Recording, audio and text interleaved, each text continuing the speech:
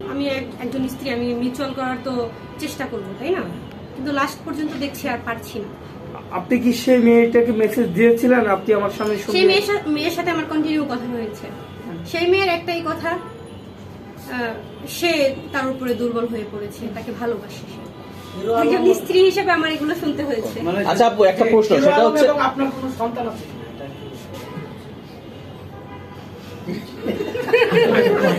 ভাই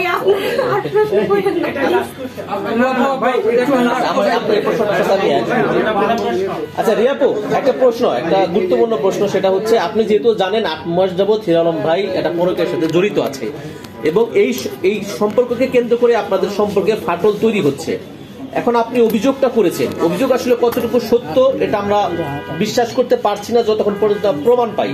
সেই ক্ষেত্রে আপনার কাছে কোনো বৈধ প্রমাণ আছে কিনা আসলেই হিরো আলম পরকীয়ার সাথে যুক্ত আছে?